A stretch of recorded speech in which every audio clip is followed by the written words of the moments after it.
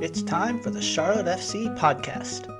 Welcome, and bienvenidos. I'm Nick Finelli, and you're listening to the Charlotte FC podcast, where we talk with the fascinating people who work for and around Charlotte FC, MLS, and soccer in the United States. On this episode, I have a conversation with Karely Avila, Senior Communications Coordinator for Charlotte FC. We talk about the many hats she wears for the club's communications team, as well as her journey, from her parents' move from Mexico to how she ended up in Charlotte and lessons learned along the way. Enjoy getting to know Karely Avila. Well, welcome, Karely, to the podcast. We start out every interview with having the person do a quick little elevator pitch about themselves. So somebody met you in an elevator. How would you introduce yourself? Well, thanks for having me, Nick. It's fun being on this side of things. My name's Karely. I'm a Senior Communications Coordinator with Charlotte FC. And I would describe my role here to be a little bit two-tiered. I work with all of our corporate and community communication efforts. So an example I like to give is if one of our partners is launching a new mini pitch somewhere, I work with their communications team to make sure our storytelling is aligned and we are supporting each other in whatever our goals are. And so that kind of encompasses both a little bit. The second tier would be a little bit more of on the sporting side. So I am bilingual. I am the primary contact for all of our Spanish media and growing that and supporting them. But I also am the primary contact for all of our Spanish-speaking players. So any interviews, any post-match conference translations, or just building relationships with them, I am one of the people that they go ahead and plug. I'm also a wife and I have 2 dogs. So I love my job and I love my husband and my dog babies. Talking about your daily roles here at Charlotte FC and what you do, what is a typical task that we may see you doing that, you talk about the broader picture, but kind of bring it down to a level people understand, like, what are you actually doing? Yeah, absolutely. So a lot of my day is actually building relationships and fostering those relationships. Our role on the communications team, I think, that's the foundation of everything that we do. So I like to check in with all of our media relations. I mentioned earlier that I own all of our Spanish media relationships. So as much as I can, just ask them, like, how was your weekend? Or just plug in so that they know that my relationship with them isn't necessarily always transactional. I want to make sure that they know that I am invested in what their goals are as media. And it's beyond just that. So I check in as much as it makes sense. Mm-hmm. And I also work ahead on I mentioned corporate and community initiatives. So looking back, we did a mini pitch with Ally, for example, last fall. So working with them, meeting with them as often as we need to. So that could be weekly leading up to the event. That could be every 2 weeks, but setting a cadence of like, okay, this is the PR plan that we're drafting on our end. What in here involves Ally and how can we get some collaboration effort through there. So a lot of meetings, a lot of pre-work, and then it's plugging in the relationships that I have built with media. Like, hey, we're going to be having this event here. Would be great to get this perspective for our Hispanic audience, since it's going to be in a majority Hispanic dense population. A lot of, like I said, meetings, connections. On a match days, it looks a little bit different. Will Martin on our team owns all of the media ops in terms of home match days. But let's just say, like, for example, this past match, Karely Vargas scored a goal. I knew that, okay, we might want to pull him after for media availability. And I was preparing myself, okay, let me go ahead and get my Spanish brain on so that I'm ready for translation when that's ready. So it really varies from day to day. This afternoon, we have the Unified Signing Day. So I know that I'm going to be going on site at Bank of America Stadium and supporting on any media that is available, any interviews, preparing Dustin for any interviews that come ahead. So I'm just like spewing a couple of different examples. Last week, we had Sean McIntosh and Miguel Vargas go on WBTV to share about the different giveaway that we were having with Ticketmaster and different like fan experiences. So ahead of time prepared with Sean and Miguel talking points, what makes sense with WBTV. If they weren't familiar, both of them are. So that was really easy, but a lot of pre-planning meetings, all relationship focused. Yeah. Woody also in our interview, he talked a lot about just preparing them for other things that, they know their content, what they're going on there, but they might be throwing another question just so they know kind of what to say for that too. So I'm sure that's important part of it too, is like preparing the whole spectrum. Like they might ask you about, this event or something. Absolutely. There's things also that we know in our comms team that they just aren't aware of. So that helps with those situations. So speaking of match day and like you said, putting your Spanish language hat on, what does that feel like? Because, seeing it, questions are asked in Spanish, questions are asked in English, but you're constantly having to translate and say as much as you can without paraphrasing everything, because you can't say it word for word, but you can get pretty close. What are you actually doing? I see you there sometimes typing, sometimes. Are you taking notes? Like, what are you doing? Yeah, that's a great question. Well, I grew up I'm the oldest in my family. So I grew up translating literally my whole life in doctor's appointments and like a bunch of different settings. Oldest child responsibilities for sure. And I learned really quickly early on what makes sense to translate and what doesn't make sense to translate and where we should paraphrase or not. I think it's been a learning experience for sure in the sports industry because I don't have a sporting background in the traditional sense of maybe some of our, like around the league that are bilingual and have more experience, I think, in the translating realm. So you see me typing because I'm trying to figure out like right now, is that the best way that I would like to remember the notes, remember what they, because to your point, like I don't want to put words in players' mouths. Absolutely never. So I want to make sure that I'm hitting the highest points and relaying that as best as I can. So for now, typing on my phone and like using the notes app is the most efficient way for me. I'm sure that will change. I've also spoken to like other people around the league of like what they do. And they're like, I try things differently all the time. So it just kind of. And it probably may depend on the player. Or, some people's questions are very long questions and really the questions in one part of it, but they have a whole explanation. Absolutely. So you have to explain that to the player so they have context, but then, the answers, that's, have you ever switched it by accident? Like meant to say something in English and it just came out in Spanish? Oh, not necessarily at work, but in my day to day all the time. Like I think in Spanish, but I can communicate in both. So it's just interesting that switch. Right. I also have taken the time to get to know our Spanish speakers' accents. Because I'm from Mexico, so the accents that even in across Mexico, it's different. But I mean, Enzo's Argentinian. His accent is very different than what I'm used to growing up. And Kerwin have had experience like with Colombian accents in the past, so it was a little bit easier. But I like early on in my time with Charlotte FC, I watched videos and I was like, okay, let me just make sure I understand fully their accent and how certain slang that they may use, so that when it comes down to translations, I can do it as best as I can. How would you compare that to like American accents and the differences? Like, what would you say? Like, for instance, a Mexican compared to a Colombian and Argentine? That's a great question. Just trying to think, like people who don't speak that language, that, is it just different words or is it the way that they say it or the cadence? I think it's both. For example, Enzo uses, his filler word is y nada. And it doesn't necessarily, like if you translate it directly, it doesn't have value. I think to me, it's an equivalent. I'm sure someone else probably will say something different. It means something different to them. But so there's like different filler words or some trying to think of an example of a word that is like really different. Suddenly I don't know any Spanish. But there's like different words for different things. And so, I know Kerwin uses, I cannot remember what the word is. Kerwin uses a word that Enzo uses something differently, but obviously they're good friends. So that translation is equal across. So that's pretty cool. And talk about, you were born in Mexico. And when did you come to the United States? So I was born in Irapuato, Guanajuato, Mexico.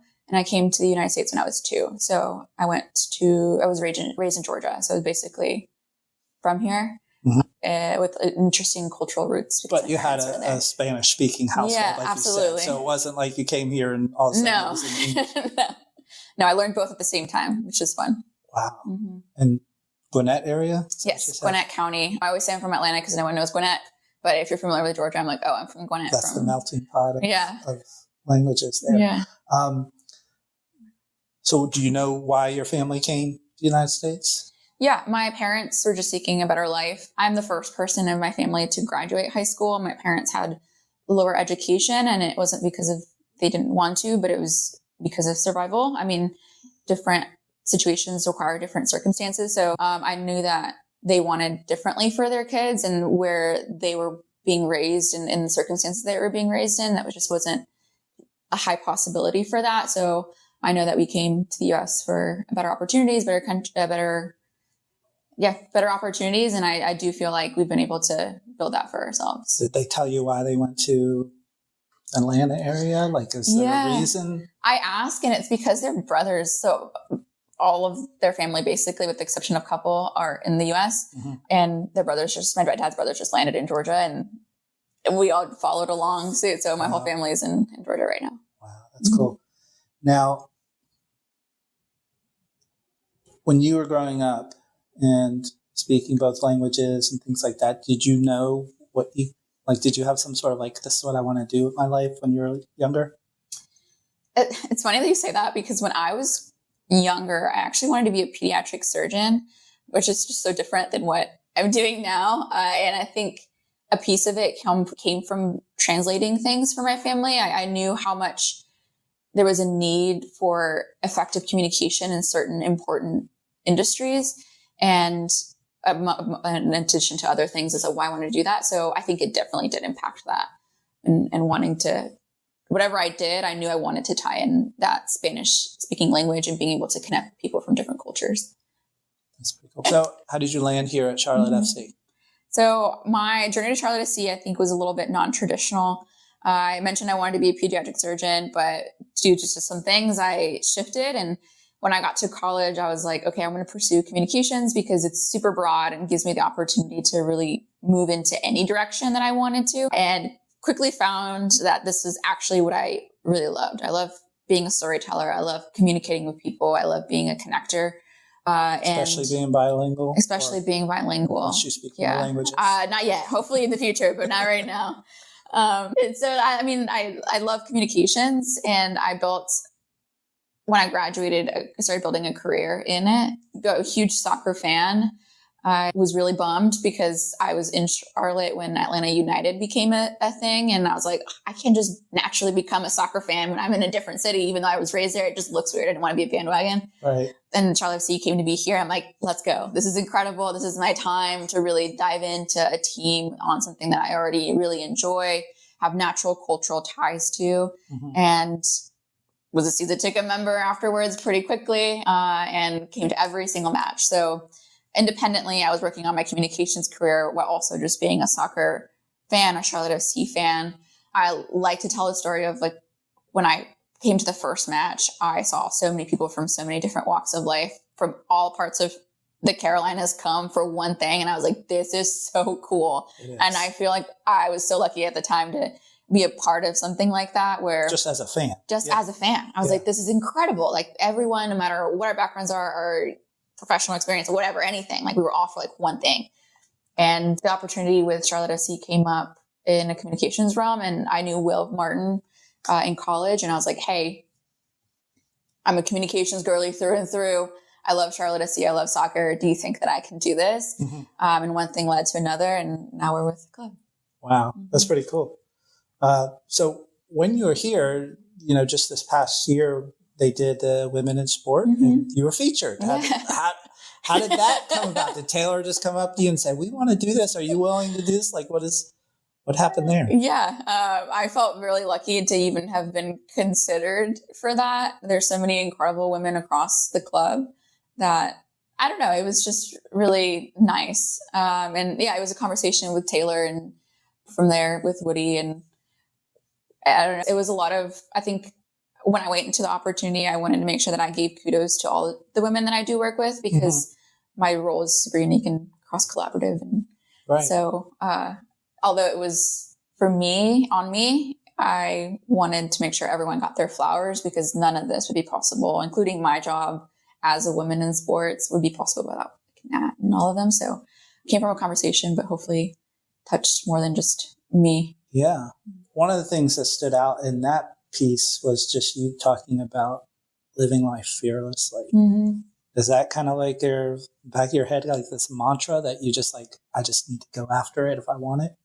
Yeah, absolutely. Every single thing that I do, I think naturally I'm a little scared always about things because of, I don't know, I like imposter syndrome is huge and something that I'm working on every single day. Mm-hmm. So I try to think of, okay, Karely, these opportunities are often once in a lifetime, or if they're not, they're awesome opportunities for me to just experience, and you have to experience them. And so I push myself and challenge myself almost daily of like, hey, Karely, you may be feeling these things, feel these things, but you have to push past it.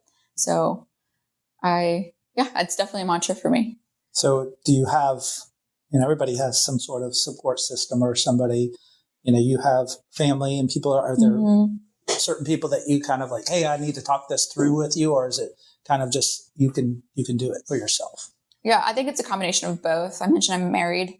My husband is 1,000% my biggest cheerleader. He will, I don't know, in order for me to be happy, in order for me to meet, I'm really ambitious. And he knew that from when we were just dating and had just met. So something I really love about him is that he will support me in all my endeavors, and he will give me that advice that I need, the tough love that I need sometimes. So he's a huge motivator and support system. My sisters and my parents are also, I think, a lot like my parents, for example. They did the hardest thing that I could ever imagine, like moving to a new country at a really young age. And they did it. So maybe they were scared, but they did it anyway. And they did so well. I lean on them a lot too, and think about them and that kind of stuff. And I'm a huge girlhood kind of girl. Like I'm a girl's girl. And so I lean on my friends a lot as well. And we support each other because we want to see other women succeed. And so I feel really lucky because I have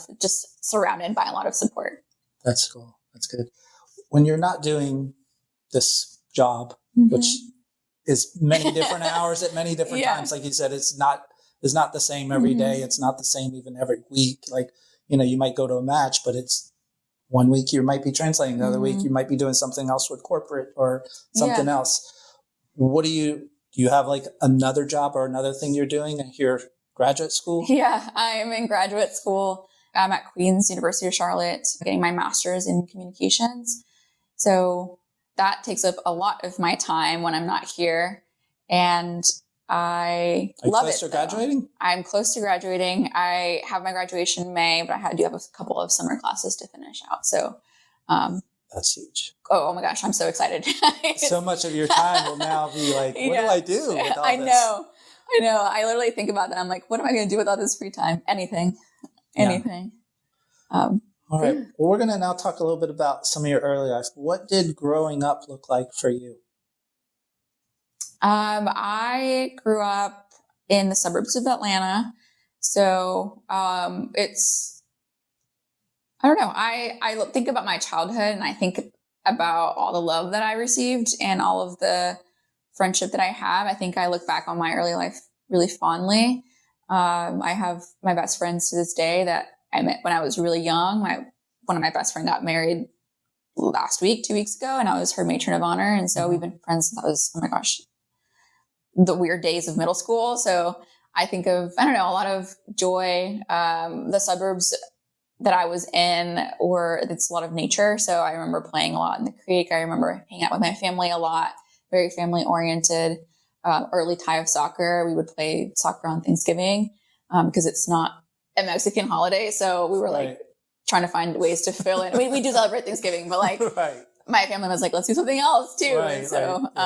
A lot of family time, a lot of family events, bonding. I'm the oldest of three daughters. So I have two younger sisters, and I remember I still to this day love being a sister. And so a lot of bonding time with them. Mentioned a lot of translation, a lot of navigating a lot of cultural differences because my parents have we're Mexican. So being able to tie in my culture and not feeling like I have to like assimilate or anything like that, because although it is pretty diverse now, growing up, it was not as diverse. I think I feel lucky because I did grow up around a lot of the Hispanic community, but I grew up being called Karely. Like I didn't go by Karely my whole life. and Wow. Karely is my name.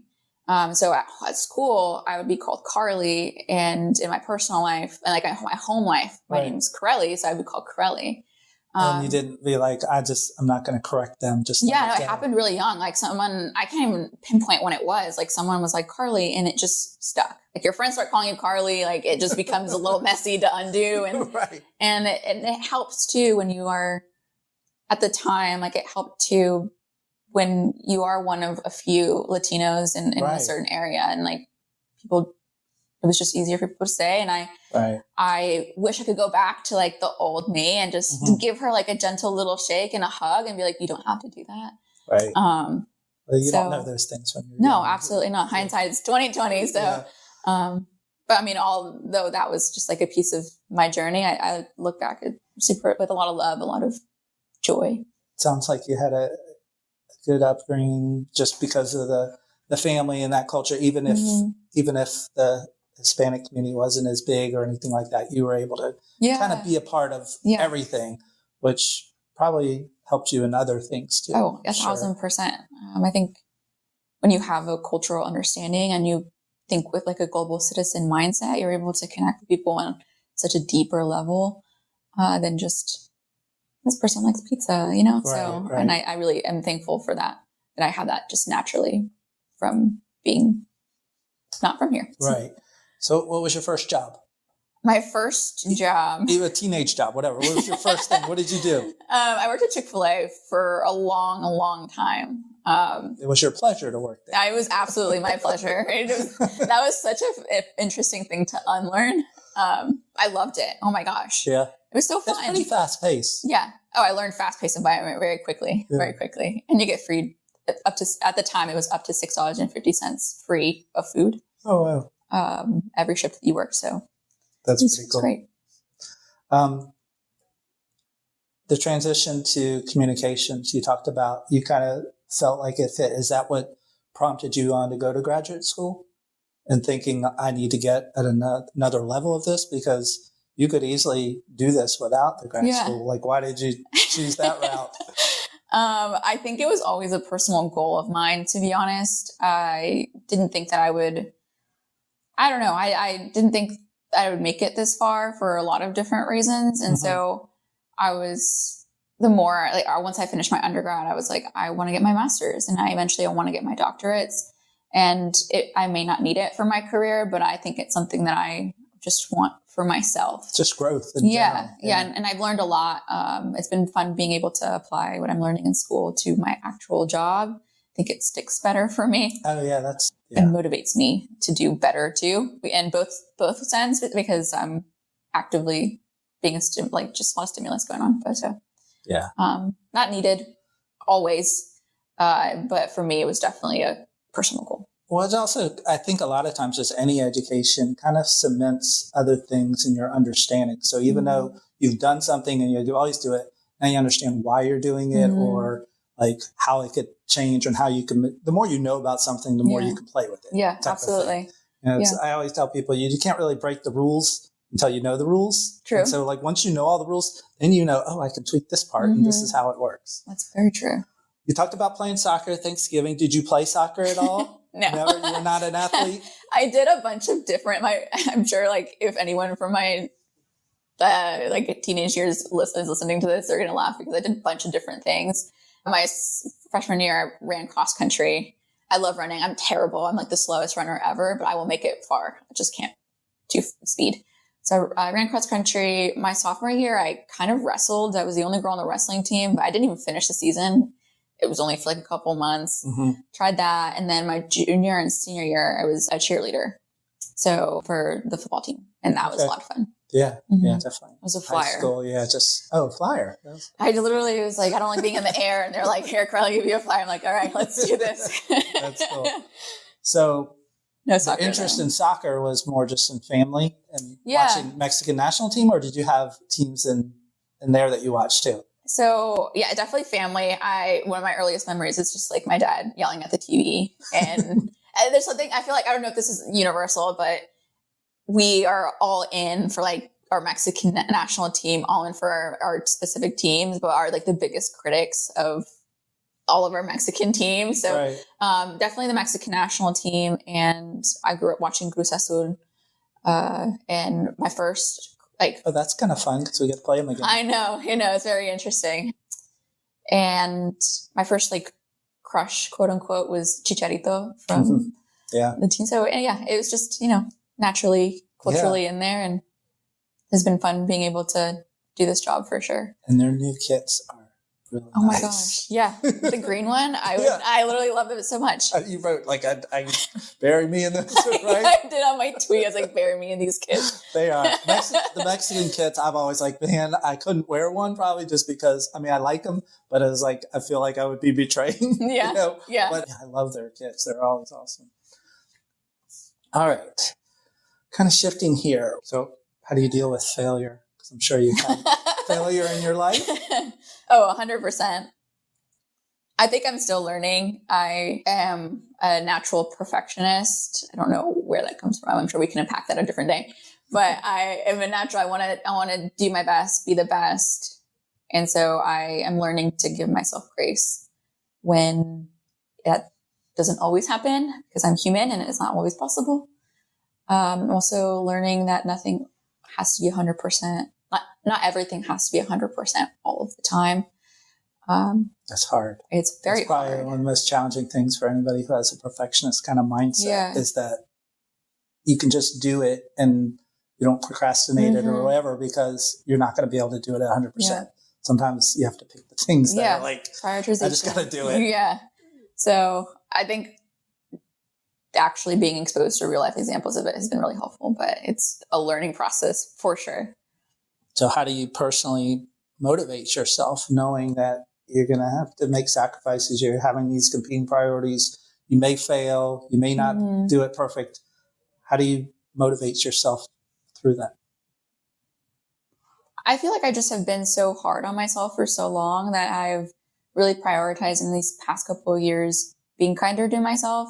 And I learned that when I'm, focusing on the failures or focusing on like, oh, I can't do this because of this, I miss out on so much joy.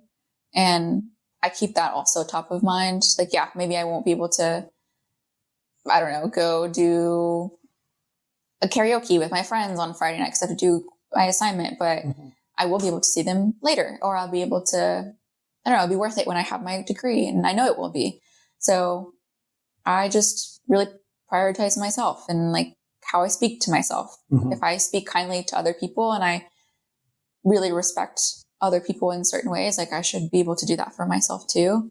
So I think I just am learning to prioritize myself and how I talk to myself and how that's the biggest thing is how do I make myself feel, and understanding that I'm going to be missing out on so much joy and so much love if I am just focusing on what I'm not doing well in or things like that. So not easy. But. Do you get your energy from kind of internal, like inside yourself, or is it more external where somebody might say something, kind to you and be like, oh, I didn't realize that. Yeah. Does that pump you up more, or like inside yourself, like you do something nice for someone and all of a sudden you're like, oh, you're kind of at a little higher level, Yeah, I'm definitely intrinsically motivated, but I've learned over the past couple of years too that I'm like big on words of affirmation, and that's one of my love languages. So I don't ever, I'm like, Nick, you have to tell me that I'm doing really well. Right. But when it happens, I know that it gives me a different kind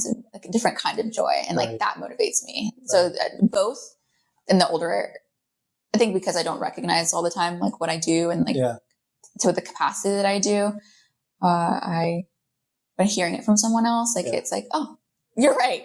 Right. It helps with giving myself grace because like they didn't even notice that I didn't give like, I didn't feel like I gave 100%. Like to them, it may have felt that way. So I may be just being too hard on myself. And I'm sure it helps having a partner who's like, you're just so connected and deep with that you can go through all those things. Like me and myself, I've been married almost 30 years, and it's like those little things. Just like, I just know the things that help, and that she knows the same thing about mine. Yeah. So we're coming on 4 years, and I feel like it's been 50 in the best way possible. But one of those reasons is because of that. Yeah. It's amazing having someone like that. How have you dealt with adversity. You talked about being the only kind of Hispanic in your community, but just growing up being a woman. It's not necessarily easy in sport, being of a different culture from a different place. Has that had any barriers or anything, any adversity? Oh, 100%.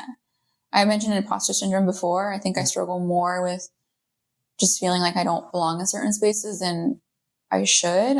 I don't know. I do think about it every day, and I try really hard to combat that. But one of the things that helps me is recently of like, I can't expect other people to believe in me as a woman, as a Latina, as someone with a non-traditional sporting background, or whatever the situation may be. I can expect other people to believe in me if I don't believe in myself. So I just keep motivating myself and trying to be the best version that I can be. Right. Because I just can't expect other people to do that if I can't do it for myself. So that's the biggest adversity, not new to it, but positive self-talk has been helpful. That's great. Going back to the job, what's the hardest part? You had to say, this is just the hardest part of my job every day or on a weekly basis.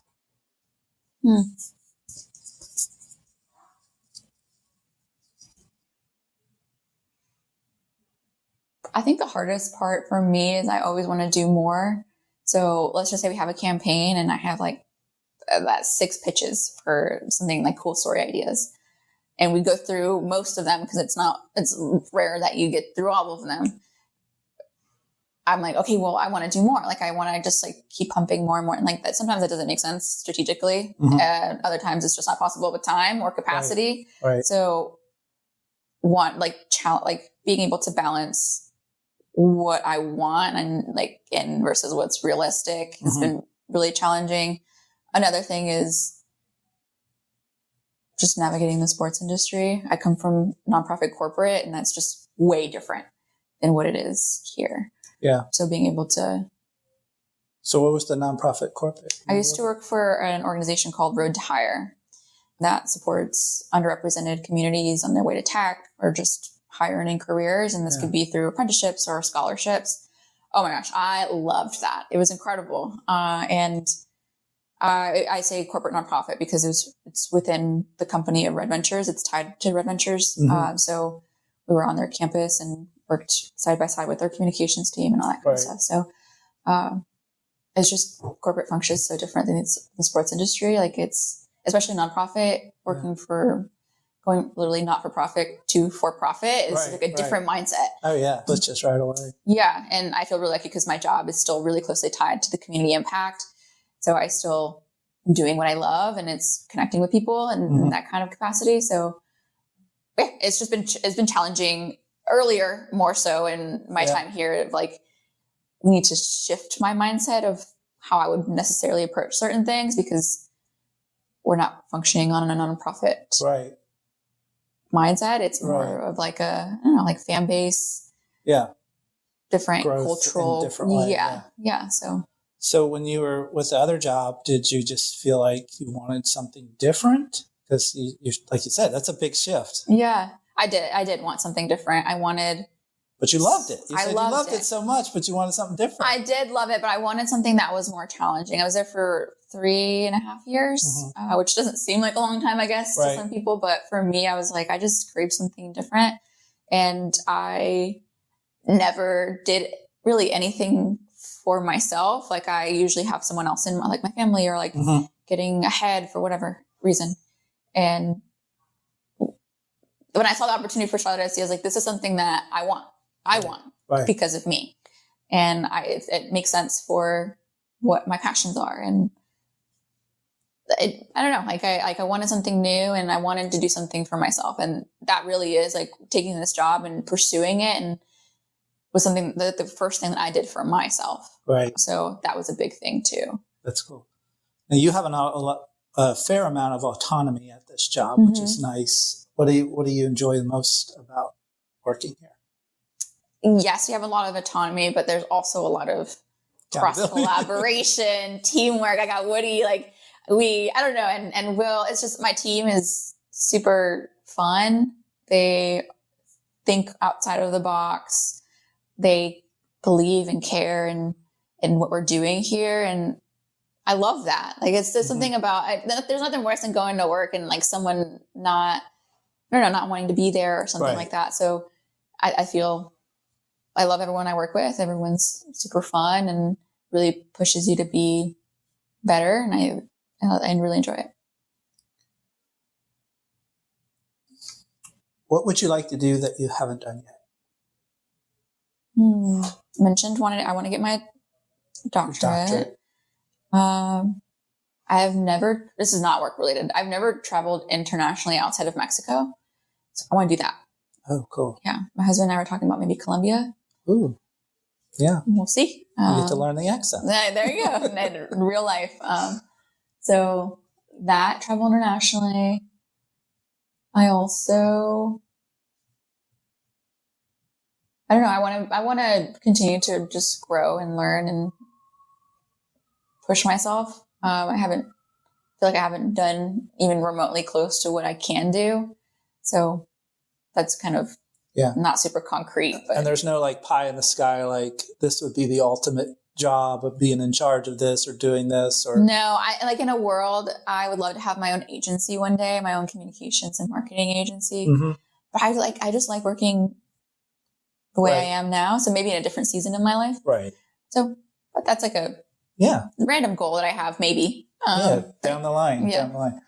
All right. So I've read that you are a big fan of spicy food. Or if you're just given spicy food, then you'll just say the spice, it's super hot. You're like, I'm just going to eat it anyway. That's kind of like your fearless attitude, right? You do it with food? Yeah. And it's so funny. Recently, we went to, what's it called? Dave's Hot Chicken here in Charlotte. And there's like the hottest, this is so dumb. There's like the hottest spice that had was the Reaper. And the guy was like, you can't do it. And I'm like, yeah, I can. He was right. I couldn't do it. Like I was unwell, but I love spicy food. I'll eat it all. Now you're talking about you can't do it. Is that an instant for you? Like, yes, I'm doing it as soon as someone tells you can't? Well, with spice level, I feel like people just don't know, you know, like they just don't, they're like, but it probably translates to your other attitudes, right? If somebody tells you can't do something, you're like, I'm going to prove them. I'm going to do it. Oh, that's 100% the reason why I joined. I mentioned earlier, I wrestled. Yeah. That's 100% the reason why I did that, because they were like, you can't do it. Turns out they're right. It was too hard. but I mean, I gave it a shot. Right. So yeah, I guess you're right. Yeah. And you're a big fan of reality TV? Oh my gosh. I saw some Bachelor posts? Absolutely. Bachelorette posts? I love me some trash TV. Just, that's how you get away? That's how you escape? Yeah. It's like, sometimes you just want to go home and do nothing. And I can just turn off my brain and channel the inner human side of me that is just like, that's so cute. Like, look at the way they're talking to each other. And yeah, it may be fake, but it brings me joy. You yell at the TV like your dad was. Yeah. Yeah. And you're back to running? Is that right? Very amateur running. Okay. Every day I go on the rail trail and I run like 2 or 3 miles. Nothing crazy. That's still a lot. Most people don't get that much. Yeah, it's fun. All right, now it's time for our stoppage time stuff. It's stoppage time. All right, let's do personal ritual. This is so random. I have to double cleanse my face every day, like in the morning. I wash my face twice. Like I take a shower and wash my face twice. Double cleansing. Skincare is important. Do full dry and then wash it again? Skincare, you know? Yeah, that's good. Favorite unplugged activity? I like to paint. Watercolors? Acrylic. Okay. I've always been into the arts. And do you go to the little art places or do you just have your own? I don't go to any of the art. I like to do pottery at the art places. But no, I just paint at my house on canvas. Usually I do pets. Oh, cool. I was so random. But that's cool. I love to paint. Oh, that's awesome. I do that too. I do paint. Do you have a go-to snack when you're watching a match? Maybe at home, not necessarily at a game because you're working. Yeah, bringing the spicy food. This is so extra. I love to, get a bowl, get some hot Cheetos in there, put some Tapatio, so some hot sauce, some lime, and a tiny bit of salt because it already has a lot of salt. And I just, do a little toss, and that's what I eat. That's your eat. That's my snack. Nothing to wash it down in particular? No? Just water. Just water? Just water. What component of design impresses you more, interior or exterior? Interior. I feel like exterior a lot lately has been like pretty similar to each other. Like there's a lot of similarities. Interior is just so, I don't know, personalized. Got it. And do you find starting a project or finishing one more gratifying? Finishing one, for sure. Seeing it through. Mm-hmm. All right. And what recharges you? Just spending time with the people I love. A nice cup of coffee. Iced coffee. Those two things together. That sounds good. If you were a current player on Charlotte FC, what player would you most be like? I would most be like George Marks, 1,000%. I feel like we have the same like can-do attitude, the same just... He says he's a reader. Like I also really enjoy reading. Like it's, I don't know. I feel like a lot of those similar traits we have. That's cool. Yeah. One thing else I wanted to mention, a community project. I know that's coming out soon, but it's not out yet. Can you tell us a little bit about that and what to look for? Yeah, absolutely. So a big part of my role and also a big part of why I love this club is that as much as we put in our 110% on the pitch, we're also doing a ton in the community. So this report is going to highlight all the 2023 high-level initiatives that were done across the Carolinas through the club and in collaboration with partners, supporter groups, organizations, and more. It should be something that people can learn more about, but also be like, oh, this is Charlotte FC is more than just like a soccer team. It's a soccer team and a unifying force across the Carolinas. So I'm really excited about it. It's been a long time coming, and it's a lot of collaboration to make it come to life. And I'm excited to share it with everyone once it's complete. Awesome. Well, Karely, thanks for joining me today and taking some time to tell us a little bit about yourself. Thank you for having me, Nick. Sure. Thank you. Many thanks to Karely and the communications team at Charlotte FC. I hope her story has inspired you and helped you appreciate all that is done behind the scenes, from working with corporations to the community to the players. Whether it's the impact of messaging or working with Spanish media outlets or just translations, communication is key. We need more Karelys in this world. This has been the Charlotte FC podcast. Please do us a favor and share this episode with a friend you know will enjoy it. Visit us at charlottefcpodcast.com to find more than 50 interviews with spectacular stories from the fascinating people who work for and around Charlotte FC. Follow us at CLTFC Podcast on X, Instagram, and YouTube. Enjoy your day.